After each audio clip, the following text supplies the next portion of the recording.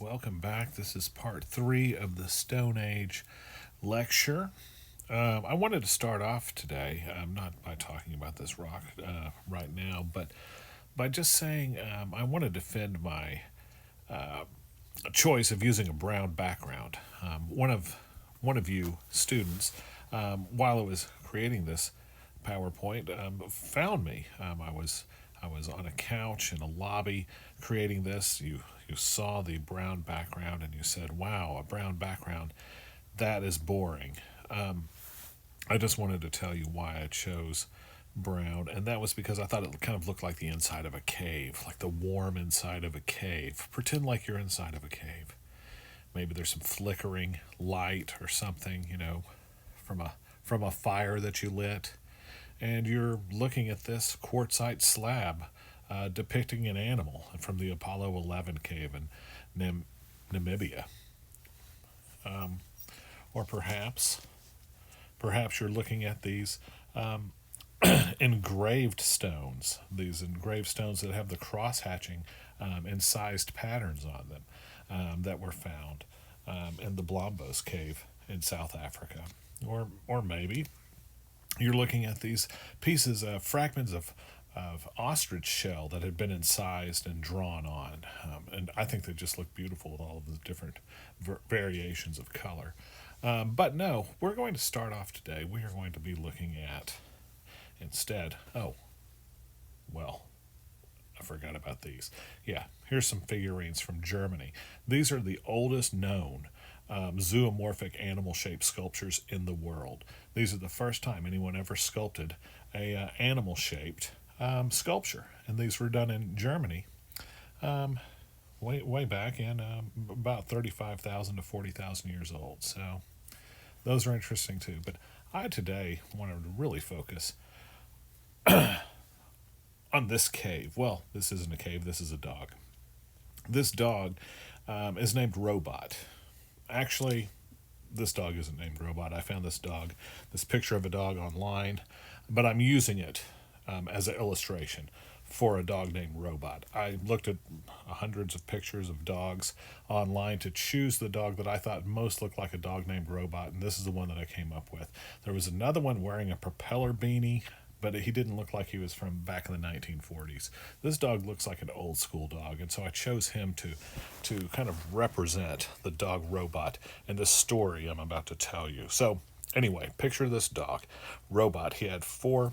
He hung around with his master, who was a boy, about 11 or 12, and that boy had three or four friends, and they were wandering around in France, where they were growing up, in some hills, in some kind of mountainous area. And while they were wandering around, Robot fell into a hole. They tried and tried to get Robot out of the hole, but it started getting dark, and they didn't have any supplies. They didn't have a flashlight or anything else, so they went home that night, just worried sick about him, and then came back the next day with a rope, with a ladder, with flashlights and everything else to try to rescue this dog. And so they got there that morning. They rescued the dog. He had fallen down into this hole. It's kind of a shaft of a cave. They climbed down there to get the dog, and when they did, they discovered something truly remarkable. Here's a picture of somebody in that cave right now. They discovered a cave. They shined their flashlights in the cave, and they walked around in the cave into this kind of large room. And inside of that room were all of these illustrations. Most of the illustrations were of bulls. And this cave became known as, well, if I can make the slide turn, the Great Hall of the Bulls. And it's in Lascaux, France. It's from the Paleolithic era. They think it's about 15,000 to 13,000 BC. And it's just a really large cave, a large opening, or sort of a room inside of a cave. And inside of that cave opening, we have all of these different drawings of bulls. Now, the reason that this cave is so special is because of just the amount of drawings that were in this cave, and because of, I guess, the subject matter too. Mostly bulls, but not all bulls. Let's take a look at some more pictures of it. Here's a close-up of the bulls. Now, during this time, these are pretty standard drawings of bulls. Usually in cave art, what you see is a side profile view of an animal. In this case, bulls or horses. The one on the right hand side looks more like a horse. Here's some more bulls and horses here. Most of the time, they are shown in profile. All four legs are usually shown as well, so you could see that the animal has four legs. They're very descriptive, but they're all done kind of in that same style, sort of a profile style, where you can see all of their legs. Over on the right hand side, you could have seen a deer in that one as well. Here's some more bulls. Here's some more deer. Look at the antlers on these deer. Pretty amazing. Now, this is pretty standard fare for the type of imagery that you see painted onto these cave walls. They painted using ochre, which different types of clay. They would use charcoal and ash to draw with as well. And these are just kind of standard cave drawings. It's just a vast quantity in this cave, the Great Hall of the Bulls. The crazy part about the Great Hall of the Bulls is those four kids who discovered that cave went on to actually work for the cave, inside of the cave. It became a big excavation. A lot of tourists would come down and look at this cave, and a lot of researchers and archaeologists would too. And those four boys, for the rest of their lives, acted as guides in the cave. They would tell stories, they would talk about how they discovered it and everything else, and it just gave them a job for the rest of their lives. So you never know where you're going to end up when you take your dog out for a walk. So, do that frequently. Who knows? It could change your life. Now, like I said, we see all of these animal drawings on these cave walls. They're all done kind of the same way. They're also all pretty descriptive. A lot of these cows or bulls, they all kind of have various different types of markings on them. It makes one wonder if these are specific animals or if they were just a generic animal. I would think with all of these sort of the different types of markings, maybe they were supposed to represent specific animals. We still don't know exactly why they would have drawn these bulls onto these cave walls. Some people speculate that it might have been something that had to do with a religious ceremony, perhaps in some tradition where they're lighting a fire, they're dancing around it, they're praying to their gods to send them a bull so they can eat that week. Maybe it is to pay tribute to the animal that they did kill and who sacrificed their lives for them.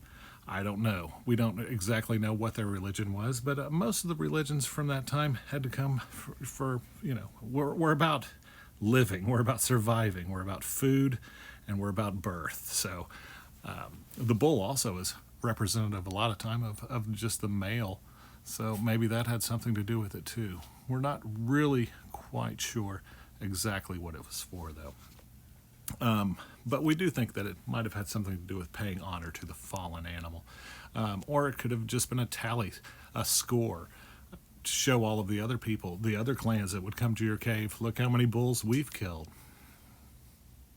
Maybe it was a sense of pride. I also wanted to show you another cave, and this cave is pretty interesting as well. This is the Chauvet Cave. It was also discovered in France. This one was discovered a little later than the Great Hall of the Bulls. This one was discovered in 1994, and they believe that this one is even older. They think it's around 30,000 to 28,000 BC. So an older cave. You would think that it's 5, 6, 8,000 years older than the first one, that perhaps the artwork in it would be, maybe not as good as the people who came after them. But this is a pretty exciting cave right here, and one that has caused a lot of speculation since its discovery. Let's get into it as well.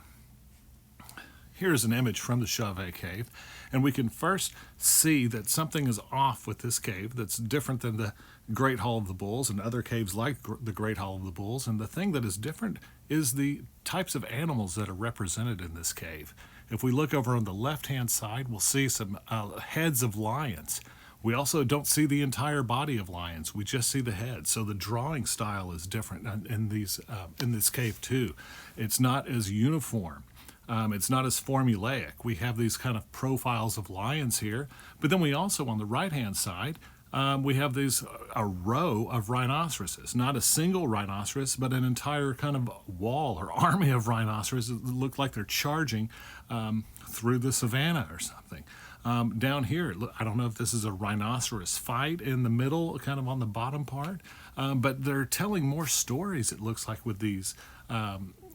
They're not being quite as just descriptive of formulaic with these things. And also, it's just an unusual choice of animals. Nowhere else in the world were animals like this depicted on these cave walls, especially these types of animals, lions, rhinoceroses. We do still see some deer, but this was an unusual cave just because of its choice of subject matter. And a lot of people thought that it was a fake cave when it first came out. A lot of experts said, no, it's all wrong. The animals are wrong. They would have never drawn these animals. They did carbon dating, and they did determine that this was an actual cave. It wasn't just drawn by a bunch of graduate students like they originally thought. Here's some more drawings. Down here on the bottom right, we see another one. It looks like kind of a rhinoceros fight down there. On the above the rhinoceros fight, we see some horse heads, and then to the left of the horse heads, we see it looks like some bison heads too, with some other mixed animals kind of thrown in there as well. Pretty wild. Here's another illustration where we have bison on the right hand or left hand side, with a lot of other of the lion heads that we see. And the lion heads are depicted pretty well. These things are drawn, look great. It's amazing that someone was drawing these things in a cave with a stick of charcoal 40,000 years ago.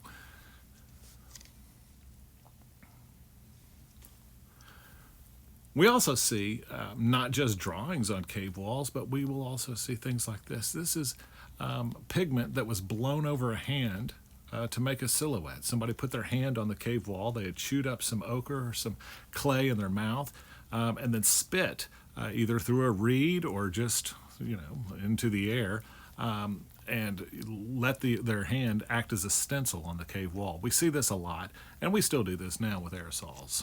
It's stenciling.